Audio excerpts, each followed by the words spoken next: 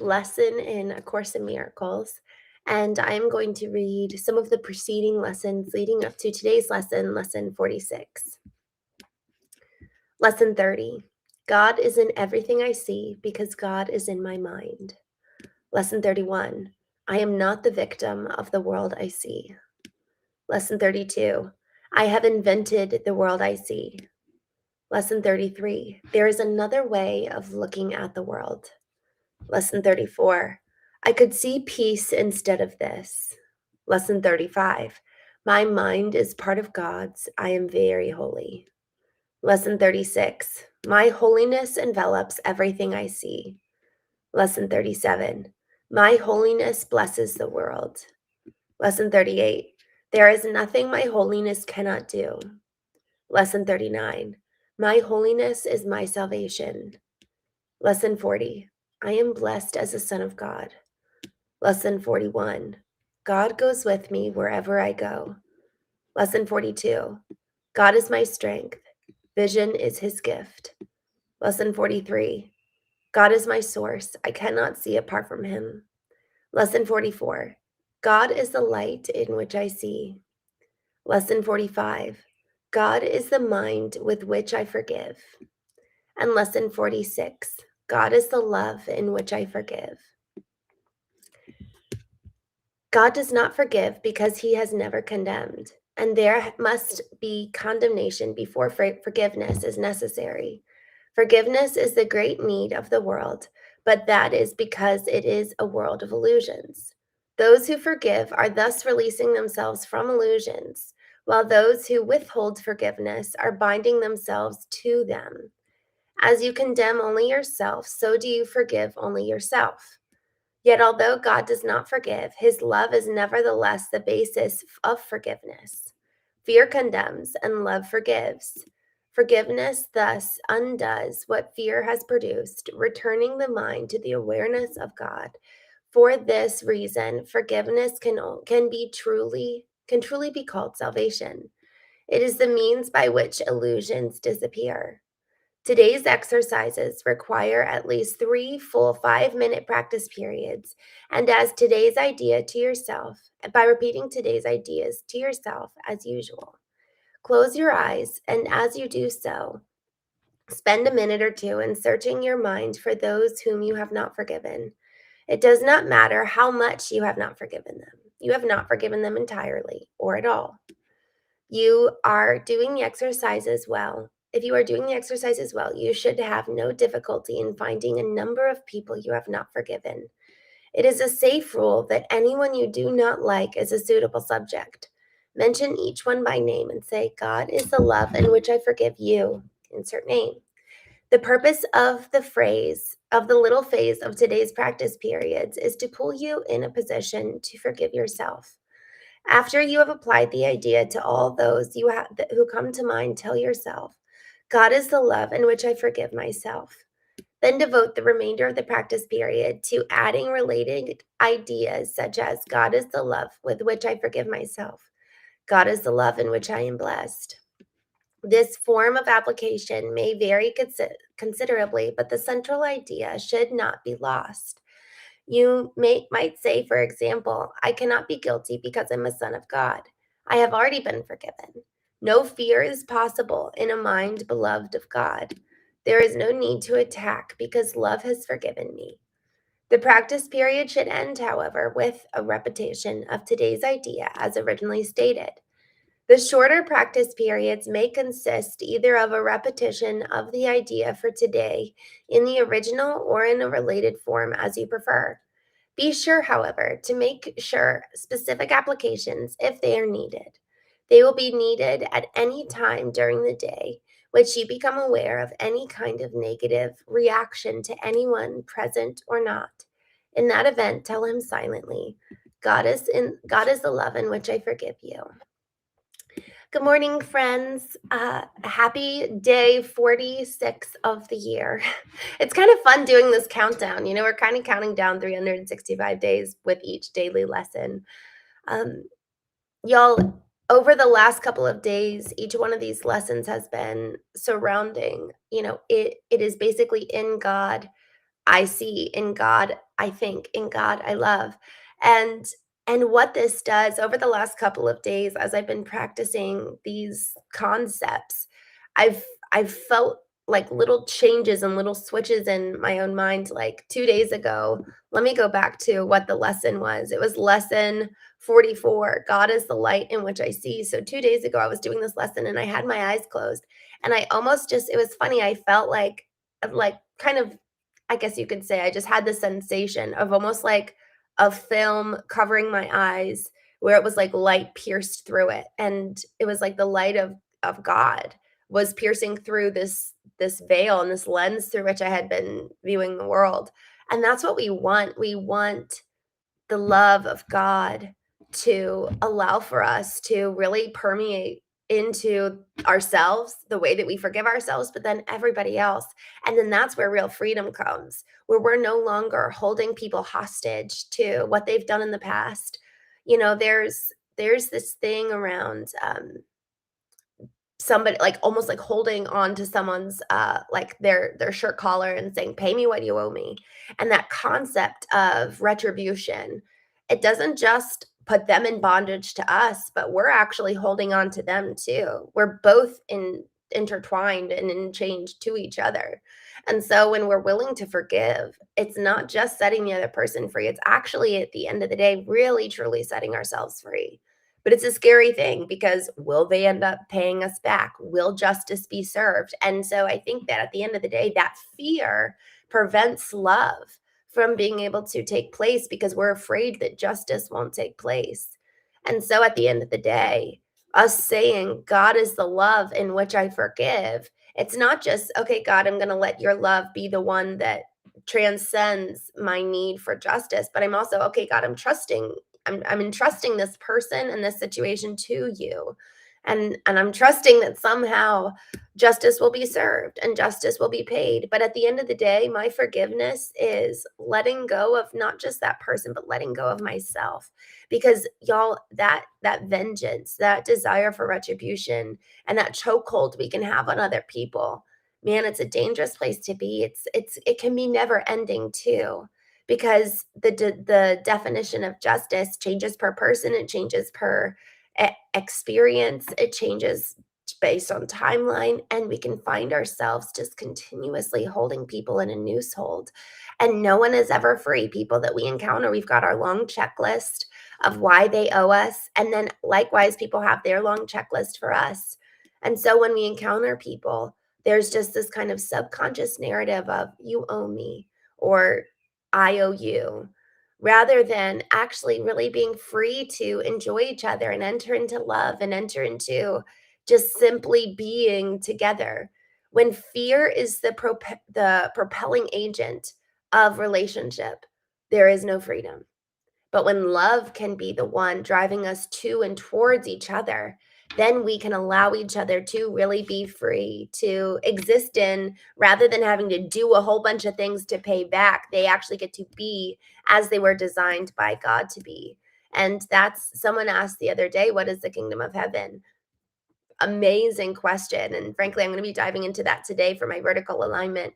And the kingdom of heaven, I right now, how I kind of describe it is righteousness, peace, and joy. And it's like kind of that inner world of kind of who says this? Like, I don't think it's, I'm trying to remember who says this, like the contemplative life, like living that really, really peaceful and rich. It's kind of monastic in some ways. Um, and so being able to access that part of us that is so connected with God, where it's so peaceful. And it's like, man, an indwelling place where you and I can go to at any time of the day to refresh, to restore, to, it's like hooked up to an IV where we always within us have a safe haven. With that, I'm just going to jump here in the chat. Ozzy, good morning from Turkey. I love it. Thank you for joining, Brian. Good morning. Thank you for being here, Brian. Um, Gordy, Ciao. Good morning. Opella, good weekend. Happy weekend. Oh my gosh, it's Sunday. Hot dog. Pierre, hello. Brian, you're wonderful. Hit that like button. Yes, friends, please subscribe. I would love to have you join us. We honestly, the point of the morning shows is that we go through a daily lesson. The evening shows is that we talk about anything ranging, well, frankly, any kind of intelligence that constitutes you and me, our intellectual intelligence, emotional intelligence, physical intelligence, and intellectual intelligence. And so it's really, or spiritual intelligence. And it's really about cultivating that inner life, our inner selves, so that our external world becomes a reflection of who we want to be and where we want to go. And it's all about taking radical responsibility. It's so easy to look outward and blame the world for what we don't like. But here on this show, we take responsibility for what we can control, and we can control you and me. We can control our inner world. Viktor Frankl, who authored the book Man's Search for Meaning while he was in a concentration camp in Germany, which was just the most horrific of all places. He said that they can take every human freedom from me, but they cannot take the power of choice. That, of all things, is the greatest of all human freedoms. And so here on the show, we cultivate choice. We cultivate who we are. We cultivate that amazing power that we always have, which is to never be the victim, but to always take the matter of choice into our hands of who do I want to be and where do I want to go, and living life with intention. And so that's why we're here. And so we have a little community, so to say, that we're slowly building through the chat. And it's just such an honor to be the host. John Jones, good to see you. We're not AI, we're live. Isaac, thanks for joining. MN, James, um, Alberto, hello from Houston, Texas. My sister and her husband used to live there. It's hot. I remember getting off the airplane and just instantly sweating. So God bless you. That was like so awful. Well, it's not just hot, it's humid. It's like the air is moist. Ugh. But I'm very happy for you that you love it. And Kush, good morning. Um, uh 847, we don't talk like that here, but you're welcome to hang around. MN as well. um BBH, thank you for joining. Alberto, good morning. um Harold, held, no, this is not AI. um Con, thanks for joining. I'm just scrolling down. All right, just scrolling down towards the bottom. Yes, Curtis says artificial intelligence with a question mark. Yes, we actually do talk artificial intelligence. It's kind of part of the application. So when we are talking about our inner intelligences, we do talk about kind of the fifth intelligence, which is AI, and how to integrate that in our external world. So yes, absolutely. Um, all right, just scrolling down. Yeah, spiritual awakening. The only thing I control is my response. I love that. Jason, seek first the kingdom. Exactly. And that's actually why we start the day with this morning show, is so that we can effectively prepare and kind of get our spiritual intelligence activated and online. Because at the end of the day, even, and actually, I have a practice which I call vertical alignment. And it's the practice of bringing my behaviors and mindsets and thoughts and responses, all of that. It's like all these disparate parts of me, bringing all of it into alignment under the hierarchy. So, under the order of my ideal and who I want to be, where I want to go, where I feel called, underneath, at the end of the day, the superordinate principle of who does God say that I am? So I effectively bring everything into submission under God and the kingdom. The kingdom of heaven is within. And so therefore I need to bring everything under the hierarchy of submission to my own ideal and into submission of who God says that I am. And so there's an acronym that I have for vertical alignment: ALIGN, ALIGN. A stands for awaken, awakening the physical body. And L stands for listening to the soul. What do my emotions have to say? Because y'all, we bring emotions from yesterday and from years past every day. And so by addressing them in the morning and tending to them, moving through whichever ones we need to, we then can be free to move through the rest of the day. And if something new pops up, if a new emotion arises, perfect. Let's handle it. Let's deal with it. Let's keep moving forward. Because there's nothing worse, and we've all experienced this as kids. There's nothing worse than running into the house, seeing mom, giving her a big hug. She's in a great mood. You run outside and play for an hour, and then you come back in, and she whirls around and snaps at you. And you're like, whoa, what just happened? Well, it's because mom's not in charge of her emotions. And those moments as a kid really make an impact. And so the goal is that we're not traumatizing our children because we're not in control of our emotions.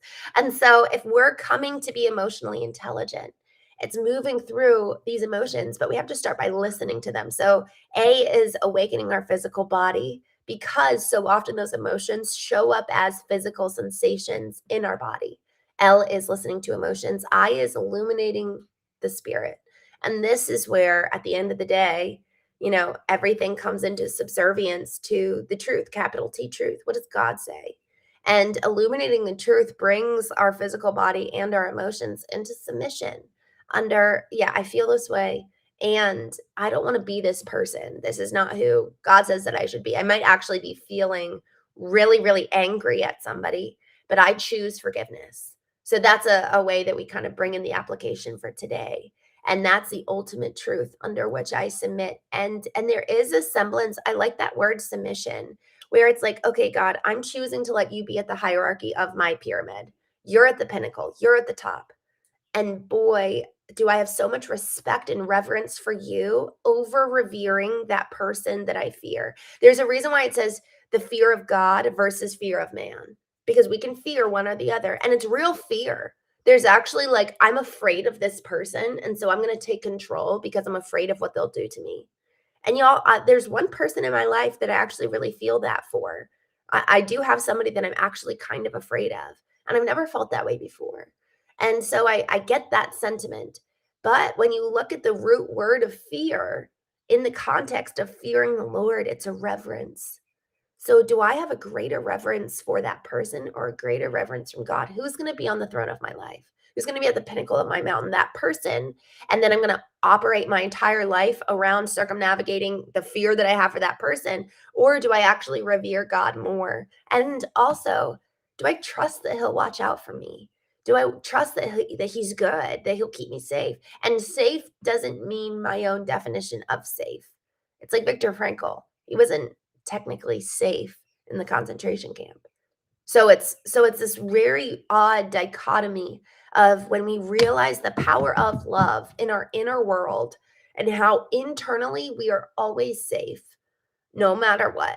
It completely twists and throws these words on its head for what society deems as safe and what society means as something to be desired versus what God says. God sees the heart, and He also sees the soul, which is this eternal substance, something that's not going to be.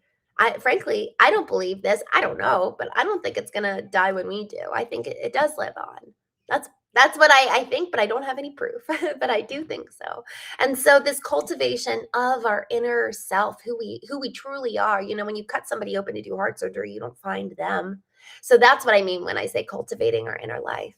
Um, just scrolling down to the bottom. Good morning, good morning, good morning. Um,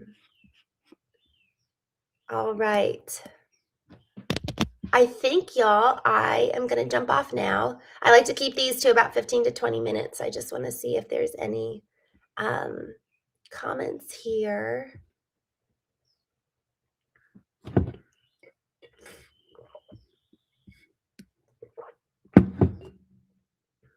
That's one of the hardest things to do, Garrett says. It's so hard. Be careful of idolatry, too evil to hope. It's really actually, I'm glad you said that, because when we do put other people on that pedestal and replace God, that's effectively what we're doing. So that's a really, really good comment. Um,